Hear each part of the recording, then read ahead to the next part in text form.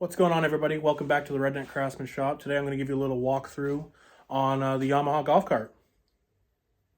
Alright, so I've already done this video once, but I'm using an iPhone. And yeah, it shot it all in the wrong direction. So it would have been like this and not like this. Alright, so I am in the process of converting this Yamaha 4-seater golf cart from electric over to gas. You can see where the original motor used to be attached right there. Currently, the electric motor is sitting in the waste bin where it belongs because they suck.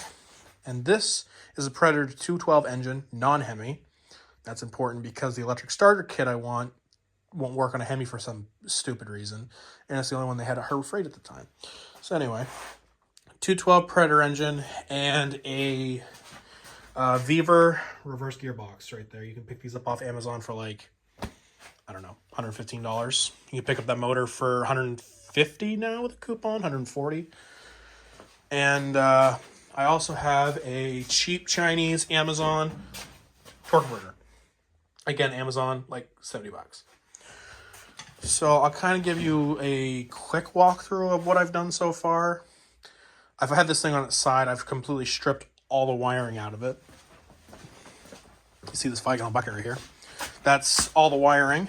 It's actually the shifter for the reverse gearbox, but it's not going to work in this case because it's so far away that the cables won't line up, and I don't know how to attach it. So I'm just going to make a little shift knob. Anyway, so that's a 5-gallon bucket of wiring. In case you're ever wondering how much wiring can fit in a 5-gallon bucket, a whole Yamaha golf cart right there.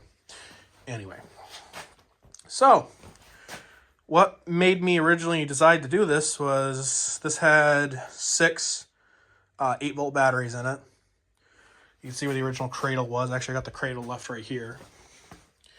And they were all swollen and delaminated, and they weren't working. I couldn't get them to hold a charge. We didn't know if the electric motor still worked because it had been sitting for so long. So I said, hey, I can convert this from electric to gas. And they're like, go for it. So I cut the cradle out. And as you can see, this U-shaped subframe thing here, it pivots off that hinge right there. Because of that, I was able to mount the engine and gearbox to that and not have the chain change any, the geometry of the chain doesn't change. And because of that, I don't have to worry about chain slop. I can set my chain tension and work from there. So what I've done is the first thing I had to do was actually make this. This is the Sprocket. I'm in the process of welding it, as you can see. Put some tack welds on it. You can see that ring right there that goes all the way around the hub. This is actually the splined coupler that goes between the motor and the differential.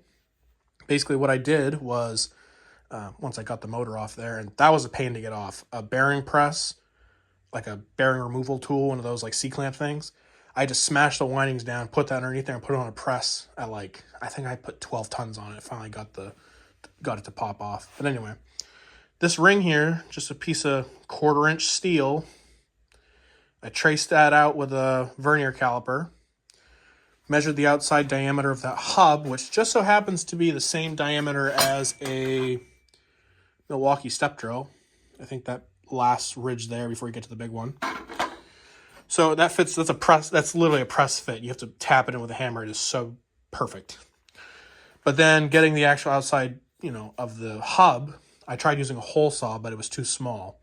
So what I ended up doing instead was I traced that out, what I needed, with a vernier caliper, cut out my hole and then traced, the outer line of it, cut it with an angle grinder until I got it close enough, and then on the belt sander, just kept spinning it around, until I got it to be press fit. There's a little bit of a gap there, like in some places where I sanded it a little bit too flat, but as far as like it goes, it's pretty much perfect. It's like press fit in there.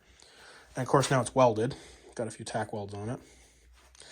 So yeah, that's kind of the biggest thing. That was the thing that I needed to get done to get this project going. Anyway, so that's that. I'm in the process of welding that. Not right now. I don't feel like doing it. It's 9 o'clock at night, almost 10. So that's that. I still have to drill and tap that for a bolt, or possibly weld a bolt onto it so I can put a nut onto it. If that's hardened shaft, I don't know yet. The next thing I had to do, mount this bracket here and that gearbox. The problem is I needed to be able to actually take the tension out of the chain. I didn't feel like, I don't have a lot of room here, as you can see. Very limited. Sorry about the shadow. Very limited. So a chain tensioner would have been kind of close. So what I ended up doing instead was I made this bracket that I will show here with a picture in a second. So it can slide. It's got a bunch of groove slots and the whole thing can slide back and forth like that. So here's a quick rundown of the bracket I built for the golf cart. It's kind of weird, and I wish I could take it off right now, but I got it all squared right now so I can tack it. But basically what I've done is taken 2 pieces of angle iron like this, and there's one piece. This is kind of long for what I've done, and the other one would be like over here. Really terrible looking. And I've drilled 2 holes. One here, one here, one here, one here. And then I've done 2 elongated holes. One here and the other one would be on this side. Basically, here's like an overhead view. It's a piece of angle iron there. Piece of angle iron there. 2 elongated holes. Just like that. Can you see that? Yeah, you can see that. Next thing I did, welded a smaller piece of angle iron here. Like that. That one sits off the front like that. This is what it looks like here. Shoop, just like that.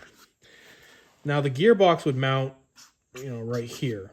The bolts would go through it, and it's the way that you'd see it sitting there. The next thing I did was welded a piece of steel here, and then drilled a hole. It's kind of hard to draw it here. That's how it all looks. Looking back at it now, if I redo this, which I might, this will all be one piece, and then I'll just weld the angle iron onto it, which will make it much easier because it's not really truly flat like I'd like it to be, but it works. And then the cross beam that's in the, that's a terrible, there we go. The cross beam that's currently in the golf cart, it's got some bushings welded in there like this, but then it also has a big piece of angle iron that you saw that was welded just like that. That has a slot cut into it. Why did I do that? I really couldn't tell you. I could have just done a slot like right here, which would have been a lot easier to deal with. Again, still might do that. Just weld this one right here up and then, re-drill it. But whatever, that's the bracket. The motor, the gearbox, whatever shape it is like that. It's got the 2 holes at the bottom, and then it's got like the circular shifter at top. These holes here, right there, go through there. So it sits straight up. And then you've got your shaft that comes up the side, and then your sprocket here. Or vice versa, whichever way that is. Really doesn't matter. I think that's the way that I originally designed it. So that's the bracket. Can you see it? There we go. I really need like a whiteboard. But anyway, that's the bracket that I've designed for the gearbox. I mean, is it going to work? I really don't know. So we got 2 bolts holding that tiny little gearbox in, and it's going to be moving roughly, I figure, close to 1,000 pounds of people. So I don't know if it's going to work or not. We'll find out.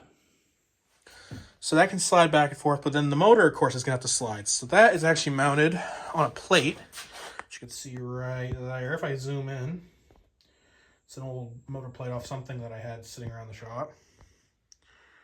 And the motor can slide forward from there. Will it work? Don't know yet. Anyway, all this geometry had to be done like this so that I could basically get this as close as possible while still having room on the torque converter. Because if the torque converter hits that bar right there, if push comes to shove, I might have to actually notch the the cross beam in there so the torque converter could fit. So I don't even know if it's going to work yet. I've never done this before. It's all done by eye right now because I don't even know if that's square to the subframe. All I know is that's square to the gearbox, and then that's square to that as far as my eye can tell. I mean, I've got roller chain on it, and it looks pretty straight. There's not really a square point off this thing to measure from. So I'm kind of doing it by eye. I might have to adjust it later on. I don't know yet. But anyway. So, yeah. 212 Predator engine, Viva gearbox, and a torque converter. Hopefully this works. I want this to be a torque motor. That's a 13-to-1 gear ratio, if I remember correctly, or a 15-to-1. And then the gearbox is also another, it's like a 1.3-to-1 gear ratio. And then the torque converter, which that, have overdrive, but I'm not really worried about this thing going fast. I'm worried about pulling a bunch of people because it's a 4-seater. So, yeah. So, basically, I don't know how this is going to work. I hope this thing works out as well as it does. I think it will. I've seen guys do this before, like Fearless Front, except he didn't have a gearbox in his. He just had, the motor coming from a clutch straight into the differential. And he didn't have suspension to worry about, which that shouldn't really make a big difference on this. And his was only a 2-seater as well, but that doesn't matter. I'm not really too worried about it. So yeah, that's the Yamaha golf cart. It's still quite a project. I still got to get lights put in this thing. I got to remount that light buckets and put some LEDs in it because you can't run incandescents on the charging system that's going on that. They only put out a couple of watts, like I think 12. And that's enough to charge the battery to restart it. And that's pretty much about it. So it's going to have LED lights in it, and the taillights are probably going to be LED. If it's even going to have taillights. It really doesn't need it because it's at a summer camp. So whatever. So yeah, so that's the Yamaha golf cart. All right, thank you guys for watching this video. This is going to be an ongoing project for the next couple months until it's done, because I want to get this done before Memorial Day. Check out my Instagram. I'm going to post some pictures there of the golf cart while I'm working on it. And I hope to post some more pictures of this and the mud motor. So subscribe if you can. Thank you guys for watching.